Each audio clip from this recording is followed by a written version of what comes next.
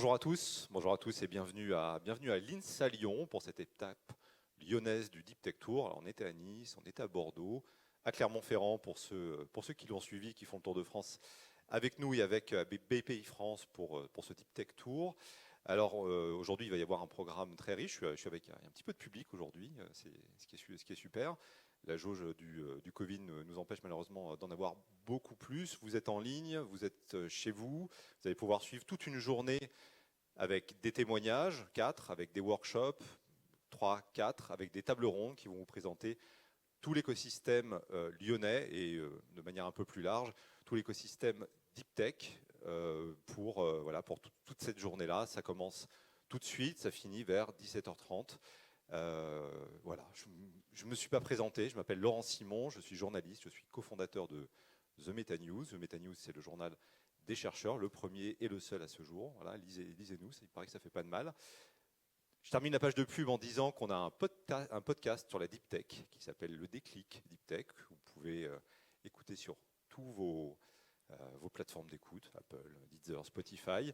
Je vous remercie d'être avec nous et je vais appeler tout de suite les premiers intervenants pour le discours de bienvenue, à savoir Frédéric Fotiadu, qui est un peu notre hôte aujourd'hui, directeur de l'INSA Lyon. Bonjour Frédéric, venez me rejoindre. Sophie Julien, présidente de la SAT Pulsalis. Sophie, vous êtes là, venez.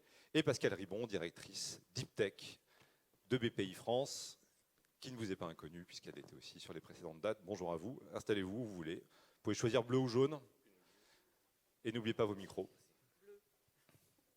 Bleu, jaune, bleu. Parfait. Alors Frédéric Fotiadu, merci d'être là, merci de recevoir le Deep Tech Tour. Je voulais un peu avoir votre analyse, votre impression et puis vos quelques mots de bienvenue à l'attention de tous ceux qui nous écoutent, et de plusieurs centaines d'après ce qu'on m'a dit juste avant de monter sur scène. Bonjour à toutes et tous, merci pour la pression.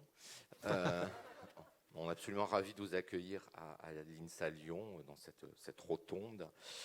Très heureux d'accueillir cette étape du Deep Tech Tour. Alors je me permets de saluer, si vous le voulez bien, les personnalités qui nous font l'honneur et le plaisir d'être avec nous aujourd'hui, parce que je crois que c'est aussi important. Ça montre l'intérêt, le vif intérêt que suscite cette étape lyonnaise sur ce campus de la Doua. Je sais que nous aurons le plaisir d'être tout à l'heure aussi chez nos amis et voisins de Lyon 1. Donc je voulais saluer le conseiller régional qui aujourd'hui représente le président Laurent Wauquiez, qui est ici présent. Merci vivement de cette présence. Madame la déléguée régionale académique à la recherche et à l'innovation, Nathalie Mesureux, était empêchée ce matin, mais elle est représentée. Le directeur exécutif innovation de BPI France, bien entendu, que je souhaite saluer, le directeur régional Lyon de BPI France. La présidente de Pulsalis, chère Sophie, avec laquelle nous travaillons quasi au quotidien, nous disions à quel point il fallait encore renforcer ces coopérations. Et puis l'ensemble des membres et des représentants des établissements partenaires de l'Université de Lyon, qui, je le rappelle, est l'organisateur, même si nous sommes aujourd'hui l'hôte, l'ensemble des collègues et des élèves, parce que j'en ai vu que c'est important. Moi, je voudrais rappeler simplement que le plan Deep Tech, donc, qui a été lancé en 2019, alors fait complètement écho aux vocations de notre établissement. C'est un axe de développement majeur pour le pays, je crois que ça c'est important de le rappeler. Nous souhaitons et nous tâchons de jouer un rôle, on va dire, de premier plan, mais en toute modestie sur ce sujet. Les enseignants-chercheurs, les chercheurs, les doctorants de l'INSA Lyon sont très mobilisés. Notre filiale, INSA Valor, je salue Laure Corriga, que j'ai vu ici, joue un rôle pour nous essentiel dans le transfert dont on va dire tout de suite qu'il est encore insuffisant entre la production académique, la production de recherche de nos laboratoires et la concrétisation en entreprise, même si grâce à Pulsalis, je crois qu'il se passe déjà quelques belles choses. On aimerait aller beaucoup plus loin. Alors, de notre point de vue, l'une des étapes essentielles, puisqu'on est quand même un organisme de formation, c'est de former les jeunes générations, de former les jeunes talents, les élèves ingénieurs pour ce qui nous concerne, mais aussi les docteurs. On a quand même 600 à l'INSA, à ces enjeux du transfert technologique et à tracer dans leur perspective professionnelle la possibilité de créer une entreprise et de valoriser ces expertises qui sont multiples, qui se traduisent par un grand nombre de brevets. Et cette ces grands projets de développement sont au cœur de notre plan stratégique qui s'appelle Ambition 2030. Alors, ce n'est pas très original, parce que j'ai découvert hier qu'il y avait 2 plans Ambition 2030 dans les grands organismes nationaux. On l'a fait avant, youpi. Ce qui est important pour nous, c'est qu'à la fois le maillage de nos capacités de recherche et de nos capacités de transfert, grâce aux liens privilégiés que nous entretenons avec les entreprises. Je salue Alexis Métainier, directeur du développement et des relations avec les entreprises, qui porte aussi, au travers de notre fondation, beaucoup d'outils qui sont aujourd'hui, pour nous, les briques essentielles pour favoriser le développement de la création de ces entreprises. 2 technologies. Alors, bon, la qualité de l'environnement du site lyonnais, je crois, n'est pas à rappeler, sans vouloir faire offense en quoi que ce soit à nos amis et collègues des autres sites académiques de la région que vous avez visités. Je voudrais rappeler aussi qu'il y a de grands projets soutenus par les collectivités territoriales, la métropole, la région, avec la construction prochaine de la e-Factory, qui sera un bâtiment totem emblématique, dont l'un des objectifs principaux, avec l'accueil du Pulsalis, l'accueil de notre filière étudiant-entrepreneur, l'accueil de pré-incubateurs technologiques, l'accueil de démonstrateurs de public et d'entreprises. Ce bâtiment a vocation précisément à accélérer de façon, on l'espère, spectaculaire, en tous les cas efficace, la dynamique engagée sur un territoire dont, vous le savez, le dynamisme économique n'est plus à démontrer. La semaine dernière, un investisseur me disait qu'il était bien plus difficile de trouver de bons projets que de trouver des capitaux actuellement en France. Alors ça, vous nous confirmerez si c'est le cas. Mais je voudrais aussi souligner que sur ce territoire, les décideurs institutionnels, les décideurs académiques, les pouvoirs publics sont mobilisés dans ce sens-là. Et je pense que cette convergence-là, pour nous, pour l'INSA, c'est un facteur absolument majeur de succès et qu'on est absolument ravis de vous accueillir dans ce contexte-là. Contexte, je dois le dire, où aujourd'hui, la pléthore d'appels à projets qui paraissent et qui nous sont adressés nous amène aussi à réviser parfois nos politiques dans une logique un peu opportuniste, mais aussi dans une logique de long terme. Et ce que nous faisons aujourd'hui, ce dont nous allons parler aujourd'hui, c'est du très long terme. Voilà. Donc j'étais ravi que vous puissiez être parmi nous pour lancer cette opération. Le long terme, c'est un peu la définition de la deep tech. En tout cas, c'est quelque chose qui revient très souvent dans les développements des startups, des entreprises, des projets. Sophie Julian, les projets, on entendait à l'instant, Frédéric Fautier a dû dire qu'il y a plus d'investissement que de bons projets. Finalement, vous êtes au contact de ces projets au travers des chercheurs. Souvent le premier guichet, la SAT. En un mot, une SAT, et ensuite votre analyse sur cet écosystème et ce mouvement. Merci. Et merci de m'avoir invité à prendre la parole. Alors, moi, je vais peut-être tomber le masque. Pour parler, vous pouvez. Juste pour parler, là, parce que j'ai l'impression de souffler dans mon nez. Merci de m'avoir invité à prendre la parole. Alors, la deep tech, c'est bien sûr, c'est un peu l'ADN de Pulsalis. Nous, notre métier, c'est vraiment de faire en sorte que les recherches qui sont dans les laboratoires, de les emmener jusqu'à ce que ça devienne de la compétitivité économique. Et je dirais de quelque manière que ce soit.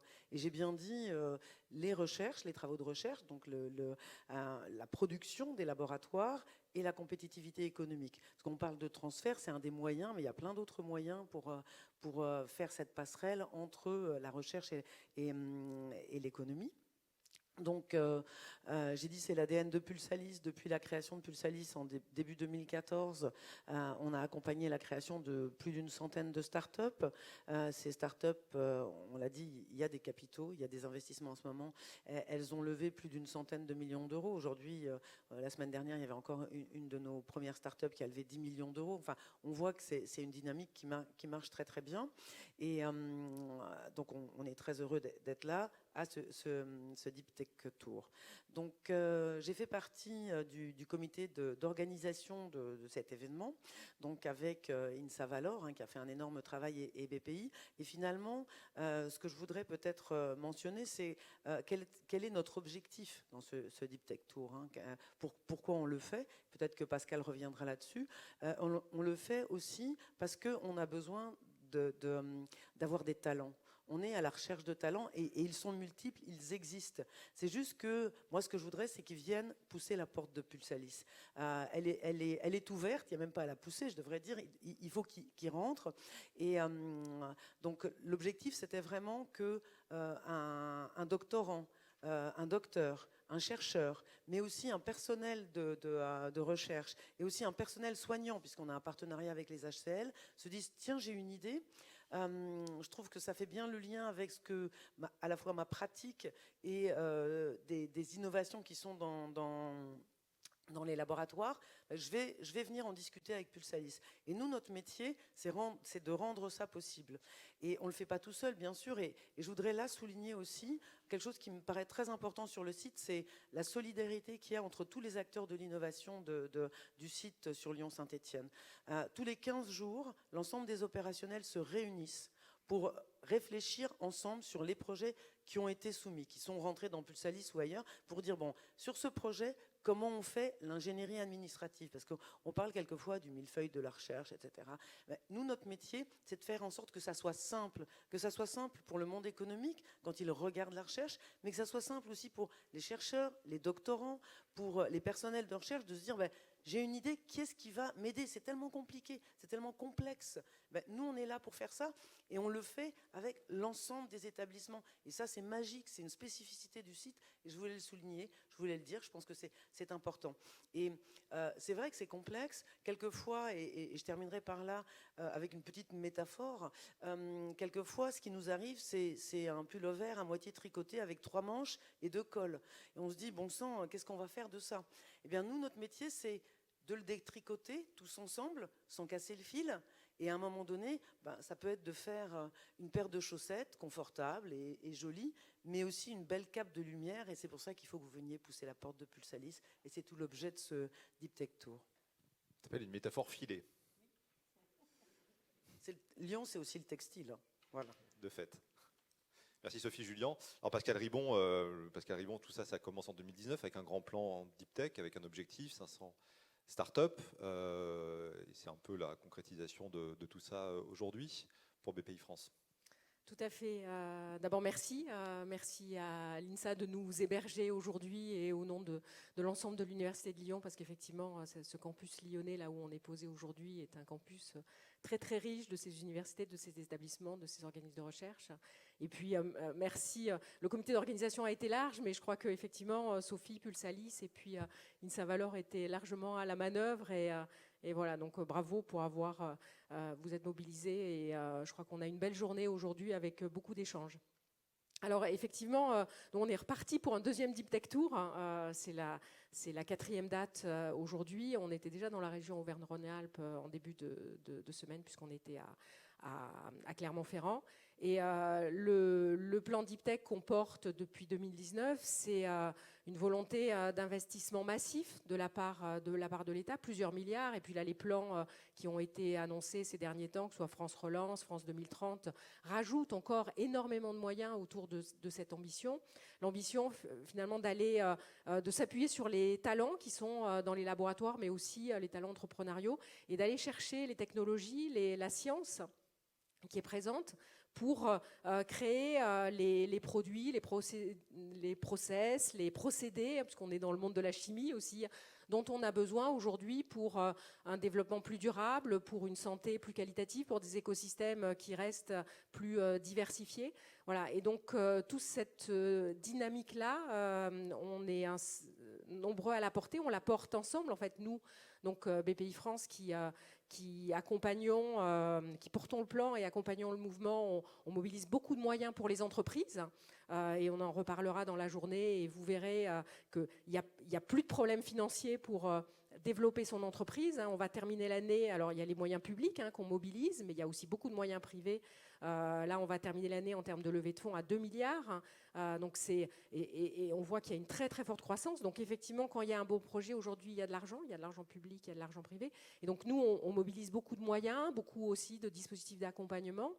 Mais en fait, on est à l'aval, nous, et on ne serait rien en fait sans ce travail qui est mené à la fois au cœur des laboratoires et par l'écosystème local, par des acteurs comme la SAT et les différents organismes, incubateurs, les différents accélérateurs, et qui sont auprès des entrepreneurs, des chercheurs, des étudiants, et qui aident comme ça à faire ce travail, comme le disait joliment Sophie, d'adaptation, de retricotage et pour faire démarrer une belle entreprise qui ensuite va avoir les moyens peut-être de devenir une licorne ou un poney, mais c'est déjà pas mal un poney finalement, hein, parce que derrière il y aura des emplois, il y a un projet, il y a un certain nombre de choses. Voilà. Et donc c'est tout au travers de ce Deep Tech Tour, de cette deuxième étape, cette deuxième version, deuxième tournée 20 dates, on cherche à la fois partager avec vous tout ce continuum d'accompagnement pour que s'il y a une petite graine, une petite envie, en fait, vous la portiez, que vous ne disiez pas c'est pas pour moi, c'est trop compliqué, non, c'est trop risqué. Non, c'est pas vrai, c'est plus vrai. Ça l'était peut-être à une certaine époque. Des plus anciens vous diront peut-être que c'est risqué, mais le monde a changé depuis. Donc, faut y aller. Et donc, qu'on pousse chez vous cette envie et qu'on enlève s'il y a éventuellement une inhibition à y aller, qu'on la supprime, hein, et que du coup, vous puissiez aller rentrer dans la SAT et vous faire aider pour porter votre projet. Voilà, c'est ce qu'on espère partager avec vous dans ce Deep Tech Tour, et qu'on porte sur l'ensemble du territoire au sein des campus. Merci Pascal Ribon. Bon, je retiens que les poneys existent. Exactement. On espère de nombreux poneys alors, dans les jours et les années à venir. Merci à vous trois. Je vous invite à regagner la salle pour la suite des débats. Et à votre suite, va monter sur scène me rejoindre Jean-Louis Guyader, conseiller régional, président de la commission enseignement supérieur et recherche numérique et innovation de la région Auvergne-Rhône-Alpes. Bonjour et bienvenue. Vous pouvez vous mettre où vous voulez, là. Pourquoi pas là, sur le jaune. C'est lequel le meilleur? Le jaune. Parfait. Vous avez une caméra là, si vous voulez parler au public directement. Et un siège à votre goût, donc tout va bien. Super. Alors, la région Auvergne-Rhône-Alpes, c'est une grande région. Quelle est votre vision là, les régions sont des acteurs importants dans la recherche et dans l'innovation. C'est quoi votre vision de l'innovation et de la deep tech? Parce que c'est pas forcément évident pour tout le monde. Alors la deep tech, c'est très important pour la région. Parce que finalement, vous savez, notre compétence majeure, c'est pas la recherche, même si on aide, c'est le développement économique. Et je pense que parmi les marges de progrès que notre pays doit faire, il y a ce passage compliqué entre les magnifiques recherches et l'application industrielle. Et je pense que je vais prêcher des convertis, hein, mais on sait qu'on n'est pas très bon par rapport à d'autres pays. Et je pense que c'est pourtant fondamental. On l'a tous constaté, la France est désindustrialisée et on a tous l'envie de la réindustrialiser. Moi, ce que je peux vous dire en tant que président d'un très grand parc industriel, la poussée mondialiste est toujours là.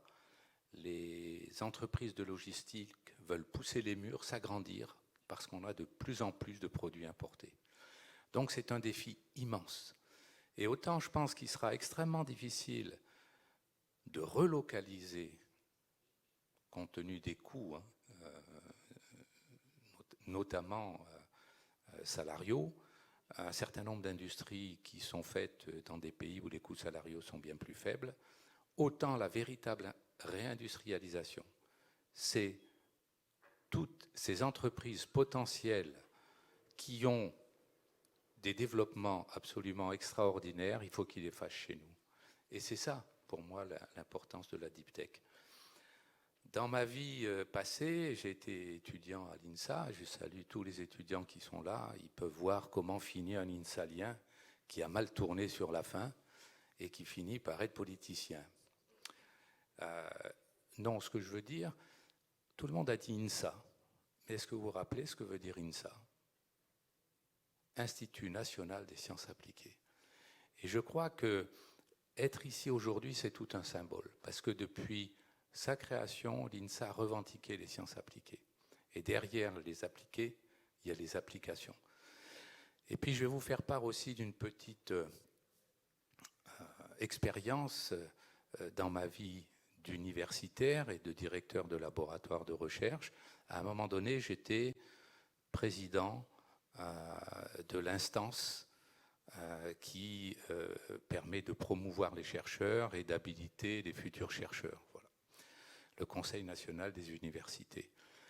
Je me suis battu avec mon prédécesseur, qui s'appelait Didier Belay, je lui rends hommage, pour que les applications de la science soient introduites dans la façon de promouvoir les chercheurs. Par exemple, reconnaître qu'un brevet, national ou international, c'était une action de recherche qui devait être valorisée. Alors vous voyez, on part de loin, mais je pense que ce combat est absolument fondamental si on veut que la France reste un pays où l'industrie est présente. Fût-elle numérique, sophistiquée, c'est pas grave, mais il faut que l'activité de ce genre de choses soit présente chez nous. Alors la région, j'excuse son président, Laurent Wauquiez, et le vice-président à l'enseignement supérieur, à la recherche, au numérique et à l'innovation, Yannick Neuder, de ne pas être présent aujourd'hui. Mais voilà, ça me permet de vous parler, et vous le constatez tous, je parle bien, hein, donc voilà, c'est pas un rabais. Peut-être pour finir, oui, la région soutient au travers des SAT. Alors ici, j'ai vu la directrice de Pulsalis, et ce que je peux vous dire, mais ce n'est pas encore voté, mais je pense que je n'ai pas trop de doutes, c'est que l'aide de la région au dispositif autour de Deep Tech va être conduite et ce sera voté en décembre. Voilà, félicitations à la Deep Tech, félicitations aux sciences appliquées, et vraiment, cette marche, c'est celle qui nous permettra de rester un grand pays industriel. Donc j'y crois vraiment, et juste un petit signe. Moi, j'ai créé une start-up. Alors, j'étais pas jeune, hein, je voyais que la retraite arrivait et que je ne pensais pas rester enfermé dans mon jardin. Il ne faut pas sous-estimer la besogne nécessaire pour faire tourner une entreprise. L'idée géniale, c'est super et c'est le début. Mais après, il y a la besogne. Il y a la déclaration d'impôt, il y a le crédit impôt recherche qu'il faut effectivement déposer pour l'avoir.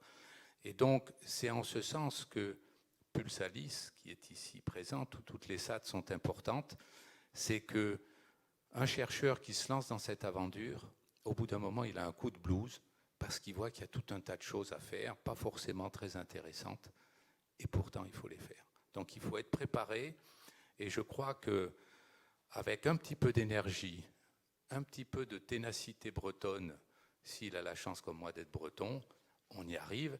La preuve, l'entreprise que j'ai créée, elle a plus de 11 ans et elle marche toujours. Voilà. Merci Jean-Luc Guyader.